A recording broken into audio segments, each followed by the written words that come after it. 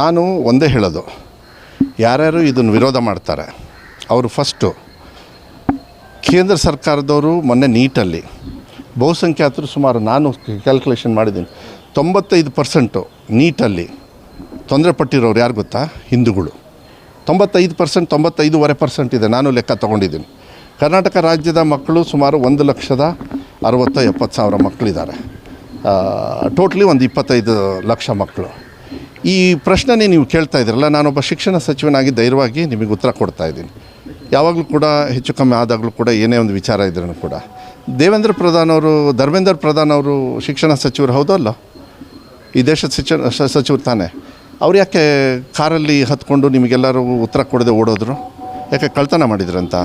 ಶಿಕ್ಷಣ ಕಳ್ತನ ಮಾಡಿದ್ರಂತ? ಯಾಕೆ ತಪ್ಪು ಮಾಡಿದ್ರಂತ?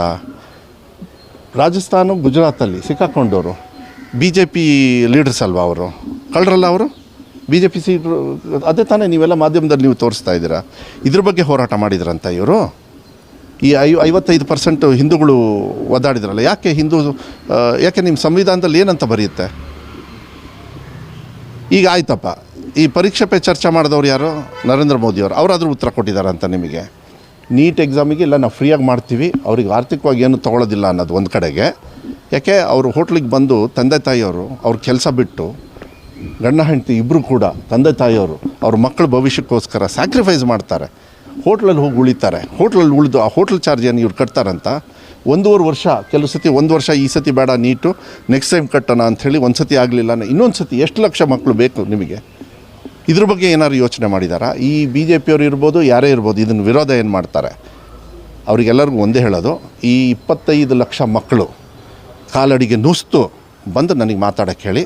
ನುಸ್ತು ಕೇಂದ್ರೀಯ ವಿದ್ಯಾಲಯ ಇಲ್ಲೇ ಇದೆ, ನಮ್ಮ ರಾಜ್ಯದಲ್ಲಿದೆ, ಎಲ್ಲ ಕಡೆಯೂ ಕೂಡ ಕೇಂದ್ರೀಯ ವಿದ್ಯಾಲಯದಲ್ಲೂ ಕೂಡ ಇದೇ ಕಾನೂನು ನಾನು ಮಾಡಿರ್ತಕ್ಕಂಥದ್ದು ಇರೋದು.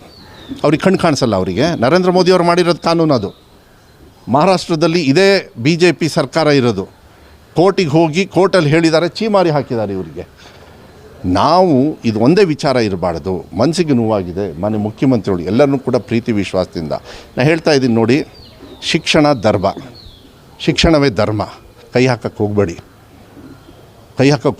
ಶಿಕ್ಷಣವನ್ನು ಅದು ಇಂಡಿಪೆಂಡೆಂಟ್ ಆಗಿಬಿಡಿ. ನೀವು ಹೋರಾಟ ಮಾಡೋದನ್ನ ಅಲ್ಲಿ ನೀಟಲ್ಲಿ ಸಿಕ್ಕಾಕೊಂಡಿದ್ದಾರಲ್ಲ ಕಳ್ಳರು, ಅವ್ರನ್ನ ಹಿಡೀರಿ ಅಂತ ಹೇಳಲಿಕ್ಕೆ ಇಷ್ಟಪಡ್ತೀನಿ. ನಾನು ಇಷ್ಟೇ ಹೇಳೋದು, ಈ ಆರ್ಡರ್ನ ಏನಿದೆ ಅದು ಮಕ್ಕಳ ಹಿತದೃಷ್ಟಿಯಿಂದ ಮಾಡಿದ್ದು. ಚರ್ಚೆ ಮಾಡೋಣ. ಯಾಕೆಂದರೆ ಹಿಂದುಳಿದವರು SC ST ಅವರು ಇವರಿಗೆಲ್ಲ ಹೊಟ್ಟೆ ಕಿಚ್ಚು. ಕೆಲವರಿಗೆ BJP ಅವರಿಗೆ SC ST ಅವರು ಎಷ್ಟರಲ್ಲಿ 17%, 18% ಪಾಸ್ ಆದರು. SC ST ಅವರು, ಹಿಂದುಳಿದವರು, ಮೈನಾರಿಟೀಸು ಎಲ್ಲರೂ ಕೂಡ. ಯಾಕೆಂದರೆ ಹೊಟ್ಟೆ ಕಿಚ್ಚ ಇವರಿಗೆ. ನಾಗೇಶ್ ಅವರು ಏನು ಮಾಡ್ತಾಯಿದ್ರಂತೆ, ಶಿಕ್ಷಣ ಸಚಿವರು ಕಾಪಿ ಹೊಡೆದು ಪಾಸ್ ಮಾಡಿ, ಒಂದು ದಿವಸ ಪಾಸ್ ಮಾಡಿಸಿ ಕಳ್ಳರ ಥರ ಇಡೀ ವರ್ಷ ಅವ್ರ ಜೀವನನ ಹಾಳು ಮಾಡಿದ್ರಲ್ಲ. ಇದೇ ಸುರೇಶ್ ಕುಮಾರ್ ಅವರು ಹಾಳು ಮಾಡಿದ್ರಲ್ಲ. ಅವ್ರು ಯಾಕೆ ಮಾಡಲಿಲ್ಲ ಅಂತ ಇದನ್ನು?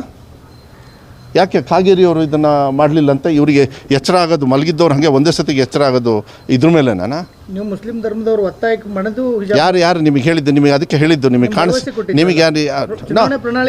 ಆಯಿತು, ಭರವಸೆ. ಹಂಗಾರೆ ಓಟ್ ಹೆಂಗೆ ಪುಕ್ಷಟೆ ಬರ್ತದ? ಭರವಸೆ ಮೇಲೆ ತಾನೇ ಬರೋದು.